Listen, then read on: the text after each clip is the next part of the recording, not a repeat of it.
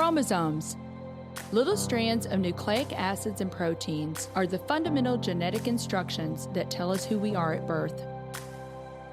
Most people are born with 46 chromosomes, but each year in the United States, about 6,000 people are born with an extra chromosome, making them a person with Down syndrome. If you've ever encountered someone with Down syndrome, you know that they are some of the kindest, most joyful people you will ever meet. They truly have something extra. My name is Lisa Nichols, and I have spent the last 24 years as both the CEO of Technology Partners and as the mother to Allie. Allie has something extra in every sense of the word. I have been blessed to be by her side as she impacts everyone she meets. Through these two important roles as CEO and mother to Allie, I have witnessed countless life lessons that have fundamentally changed the way I look at the world. While you may not have an extra chromosome, every leader has something extra that defines who you are. Join me as I explore the something extra in leaders from all walks of life and discover how that difference in each of them has made a difference in their companies, their families, their communities, and in themselves. Today's guest is not only a good friend of mine, but my personal speaking coach, Lethia Owens. Known for her unparalleled ability to educate and inspire people from every walk of life, Lethia Owens is a branding expert, author, and keynote speaker.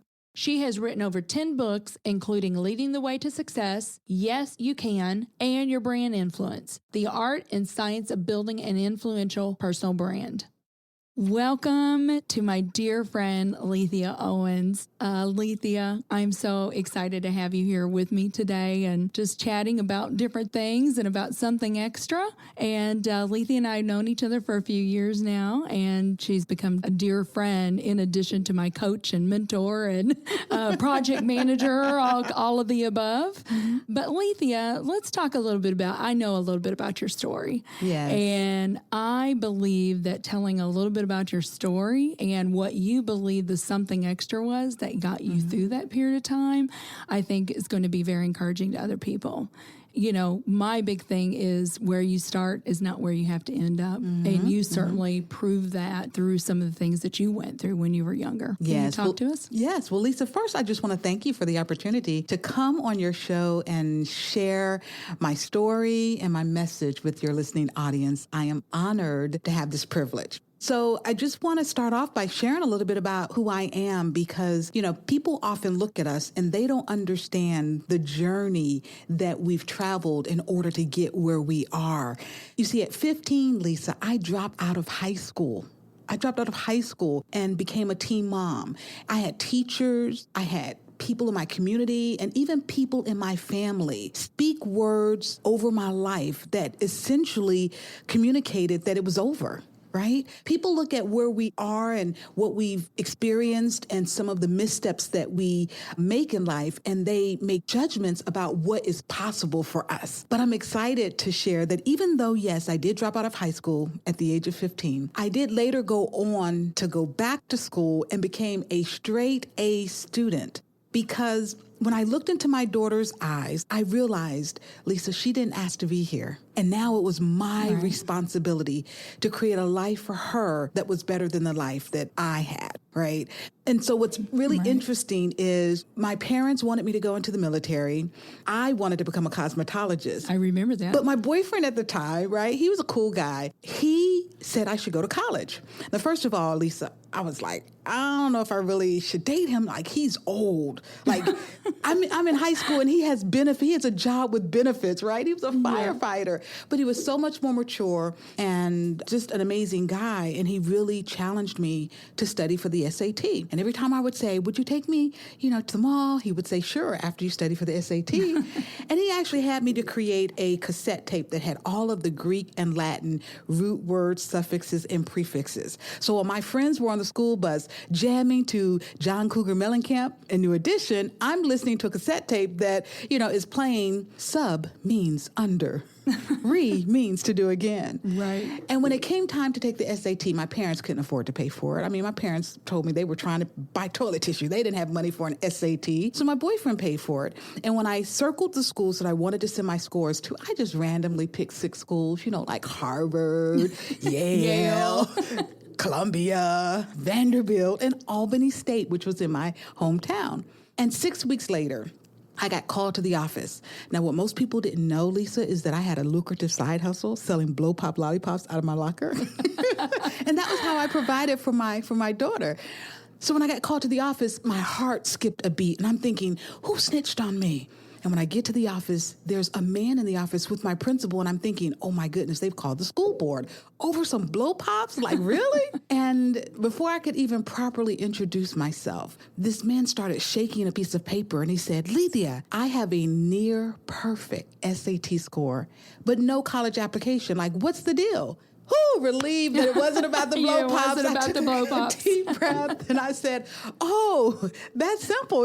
I'm not going to college. I'm going to be a cosmetologist. And he kind of put his head on his forehead, like, I can't believe this. Like, what is this girl talking about? And then he said, okay, wait a minute. What if we give you a full ride? And I said, excuse me, sir, but I don't know you. I'm not getting in a car to go with you anywhere.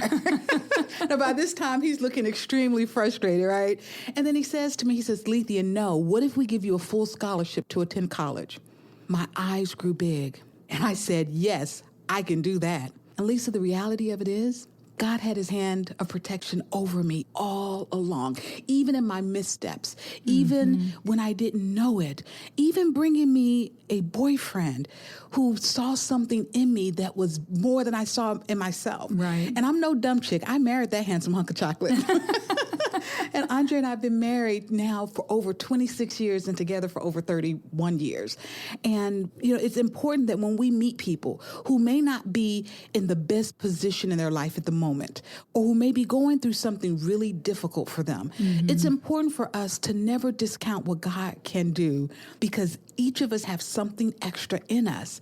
And when it's activated and we realize what it is, we then step on a road and a journey that can lead us to almost anywhere. Yeah. I have an insatiable thirst for the impossible because I serve a God who We has serve a proven to big me, God, yes, don't we? yes, that Yes. regardless of where you start, that doesn't really matter.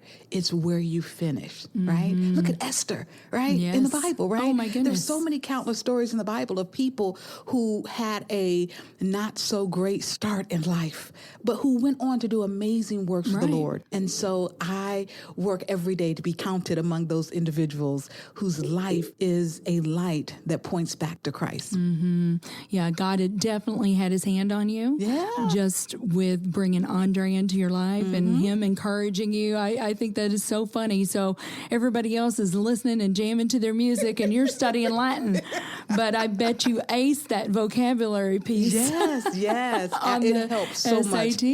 Yeah, it still helps today, I'm sure. Yes, it does. So that is really neat. So what do you think, Lethia, during that time, what do you think was your something extra that really helped you get through that time? And and probably still get you through things today? Absolutely, Lisa, because I believe that over time, we just become more and more of who God created us to be. Right? Yes, That's really right. this journey that we're on. And I would have to say that the word I would use to describe my something extra is tenacity. Like each time I fall, I get back up. And You don't give up. Right. And when you have an insatiable thirst for the impossible, you're going to be bruised. You're going to fail. You're going to fall down.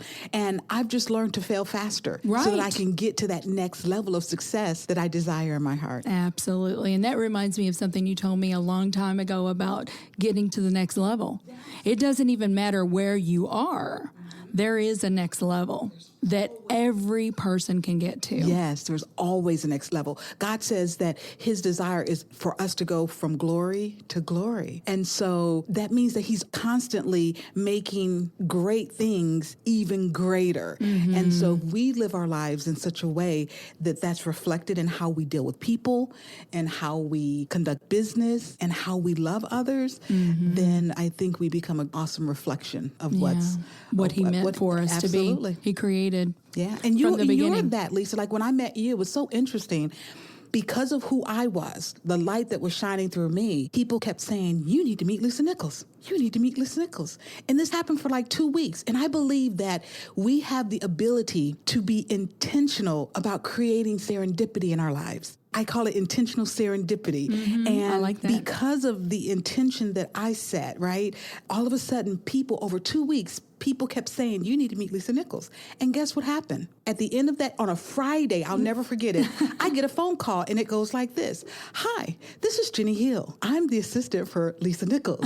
And she's looking to work with someone, you know, and, and the story goes on for her to connect us. And I believe that when we're intentional about the good fortune that we want to create in life, that we begin to magnetically attract that. Right. You know? Yes. And I just think it was not a coincidence. No, it was a not. godcidence. That's right. God brought us together. There's no doubt about that. Because at the time I was doing my due diligence because I felt like I needed to go to the next level in my speaking. And I was looking for a coach. So we started doing the vetting process and you came out on top, Lethia, and I'm so glad because we've gone on to do other things together as well. Yes. I've learned that God is always in the serendipitous moments that we think are random or a coincidence sometimes, or not a coincidence, or coincidence. I think I'm trying to say coincidence. Right. But I think that sometimes we forget that He's constantly rearranging things for us to be able to have everything we need to do what He's called us to do. As long as we let Him have control. That's right. That's right. That's right. That's the key. Wow. Tenacity is the something extra that Lethia used to get her to the next level. We're going to take a short break and then we will be back. Hey everyone, I want to tell you about something so cool going on right now in the Nichols household. Allie, our wonderful daughter and the inspiration for Something Extra, is competing in the Dancing with the St. Louis Stars event this January. Allie will be the Something Extra for the night and we need your help. Please go to lisagailnichols.com/vote, watch a video of Allie's story, and get all the links to vote. Each vote is $10 and you can vote as many times as you like. All of the proceeds support the Independence Center, a community-based rehabilitation program for adults with severe and persistent mental illnesses. This is a fantastic organization, and voting for Allie is a great way to support the important work they are doing. And we want Allie to win. Pause the show, go over to lisagailnichols.com/vote, and join Team Allie. Lethia, tell me something extra in one of your current team members. I would have to say it's actually 2 team members, Lisa, Taylor Robinson and Aramis Bryant. These individuals have brought something to our team that has been difficult for me to find in others, and that is their ability to anticipate my needs. And as a leader, that is huge to have someone who can watch you and listen to you and move and shift into action without you having to make a formal request. And I know you can attest I so to that. can relate to that because that is my Jenny Hill. Yeah. She has just walked with me, and so now she can even answer the way that I would answer Absolutely. a question. Isn't that valuable? That is, and as a leader who's responsible for managing a lot of moving parts, I find these qualities extremely valuable. And almost anyone that I interview now, I'm always looking for that. They don't always possess that particular something extra, but I'm always looking for it because of how valuable it is. Yes, very good. So anticipating the needs of the leader is important. Tell us a story where something extra was actually missing in you, Lethia. Okay, well, I took the Strength Finders assessment, which is a tool used by the Gallup Leadership Institute. And Don Clifton and Marcus Buckingham wrote an amazing book called Now Discover Your Strengths. Yes. And when you take the assessment that comes along with the book, it gives you or reveals your top 5 God-given talents, right? And because I had an opportunity to go and spend a week at the Leadership Institute, I was able to see all 34 of my attributes in order. And empathy was number 32 out of 34. And when I received that information and saw it on my assessment, I said to myself, that explains a lot. And it's interesting how, even though empathy is not a strength for me, I have learned to pull upon other strengths to help me relate more effectively to people. And I've discovered that I'm attracted to friends who are super empathetic. So their empathy rubs off on me. Here's a great example. So I'm leading a group at our church, and I've planned our leadership retreat. And so because I love to cook, Lisa, right, I volunteered to cook all of the food for the weekend. Now, we were to arrive at 5 o'clock, have dinner, and the meeting started at 7.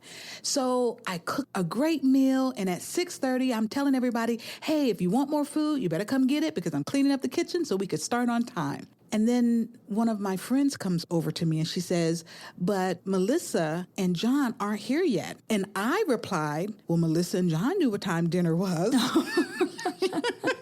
And I didn't even give it any thought. And then my friend said, but Lethia, they contributed to the food budget just like everyone else. And because of her empathy, I immediately thought, I should probably put a plate aside for them, right? And she said, that would be a good idea. Right. So she helps me, Tracy helps me to be more empathetic because she reminds me or models for me what that looks like. But not having empathy, not realizing that I even lacked it, really caused me early on in my leadership career to not be as effective because I didn't think about what the other person was going through, or I didn't think about how a situation was affecting someone. But when I discovered this, I was able to put some things in place. And so I began to lead in a way where my employees would often tell me that they felt encouraged, they felt trained, they felt coached instead of reprimanded, right? And that was really, really important to me. Oh, good. Well, and I think, you bring up something else with me. I mean, understanding your strengths and weaknesses is really important as a leader, because what you want to do is you want to surround yourself with people that are not like you. Absolutely. Right? And so that's exactly what you've done with bringing Tracy and these other friends that are more empathetic. You're learning from them, and they are sometimes maybe filling in the gaps. And I think that's really important. Absolutely. For leaders. And being open when we discover those things about ourselves, it's important that we have dialogue with the people that we're doing life and business with. Now, not our customers so much, but like the people that we are committed to working with to move our vision forward and get the work done. It's important that to an extent that we are open and vulnerable and that we're sharing the reality of who we are with them so that they can make adjustments and so that they can step in where we may be short or not as strong because we're communicating with them. Right. I think that's really important for us to be transparent and a little bit vulnerable, if you will. Right. Those are all really great points. Well, what do you think is something extra that every leader needs? No matter who you are, if you are a leader, you need this something extra. What do you think that is, Lethia? So one of my favorite shows is called The Prophet with Marcus Lemonis. I don't know if you've ever watched that show. I've never watched that. I'll have to watch it now. He goes into companies that are struggling, and as an investor, he evaluates the people, the processes, and the products that they sell. And he makes a decision if he's going to invest in the company. Okay. And watching him and just looking at my life and the role that I've played as a leader and inspiring and leading people and really encouraging them to come to work and do their best every day, I think while we should keep our eye on profits, and I think while the product that we create is extremely important, I think there's something extra that every leader should possess is a passion for their people. Right. Because if you have a passion for your people, you can bring out the best in them. And we can then position them to take their brilliance and their most creative selves and position them to do things and create things and solve problems that otherwise would be impossible. Right. If you're focusing on your people, they can create great products and you can teach them how to follow a process. Right. Well, you hear the big buzzword right now is the employee experience. How important the customer experience has been important for a very long time. But now it's the employee experience. And how can you build a culture where people really know, and I'm just going to say the word, love, that you love people. Yes. And if you truly are loving people, then you're going to do right by those people. One of our mantras here is we've always said, if we do right by our employees will do right by our customers. I love that. And I do believe that. And even ancient scripture talks about faith, hope, and love. That's right. Right? But what is the greatest of these? Love. It's love. right? I'll never forget working for a leader named Ken Andreezy when I worked at State Farm. And Lisa, there was nothing this man couldn't ask me to do. Why? Because he stretched me beyond my wildest imagination and pulled out of me things that I didn't even know I could do. And he loved me in a very appropriate way, professionally, but he loved me as a person and desired for me to be super successful. And his actions and his words, they all supported that. And so as long as it wasn't illegal and as long as it didn't hurt my family or harm them, there wasn't really anything I wouldn't do for Ken Andreezy. And I think that when we show up as that type of leader, we not only inspire people to bring their best selves to work every day, but we also challenge them to tap in to what they didn't even know was inside of them. Right? Yeah. That's powerful. That is so powerful. Well, last thing I want to talk about, do you have anything really exciting in your life coming up that you want to talk about and let our audience know about? Let me think. Yeah. Lisa, my husband, left corporate America about 6 months ago, and he has joined me full-time in the business because God has given us both a vision to create a space where like-minded entrepreneurs and business owners could come together and learn and grow and stretch by applying Christ-centered strategies that help them grow their faith in their business. When that vision was created, Audacious Faith was born. So we now have a movement that we are championing that really inspires Christian business owners to integrate their faith with their business. They don't have to be two separate things. It's interesting that in the Old Testament, God uses the same word for work as worship, adovah. And so our work is worship to him. And I'm learning that day by day. And I'm extremely passionate about and inspired to share this message with others who have not yet quite positioned God as their CEO. Right? Imagine what we could accomplish and what could be possible if we made God our supernatural CEO in our organizations. Yes, I may wear the title, but I'm leaning on the guidance and the wisdom of a source much greater than I. Awesome. Very exciting. So this is coming up, and how will our audience tap into this? Yes. Is this going to be something they can listen to? Or? Once a year, we do a huge virtual conference, and listeners can go to myaudaciousfaith.com to find out what's new with us. We have live conferences held at a venue here in St. Louis, and then we have a virtual conference that's held once a year over a 3-day period where people can tap in and listen to right from their own home or office. And we're really busy about expanding this. We have connections and partners all over the world, and we're really, really working diligently to get this message out to everyone. Yeah. So exciting. Well, Lethia, thank you so much for being with us today. It is truly a pleasure to sit here as one of your mentees and be interviewing you. So I want the world to see how wonderful and brilliant you are. Oh, thank you, Lisa. I could do this all day, sitting across from you, having a conversation and just loving on each other and celebrating with each other the beautiful things that God is doing through our lives. I could do this all day. Thank you for the privilege of this platform. Well, you are very welcome. This is Lisa Nichols. Thank you to our listeners. We are looking forward to talking to you next time on Something Extra. Our show today is executive produced by Brian Muncie. Our technical producer is Daniel Williams. Something Extra with Lisa Nichols is a Technology Partners production. Copyright Technology Partners, Inc., 2018. For show notes or to reach out to Lisa, visit lisagailnichols.com/somethingextra. Don't forget to leave a review on Apple Podcasts, Google Podcasts, or wherever you listen.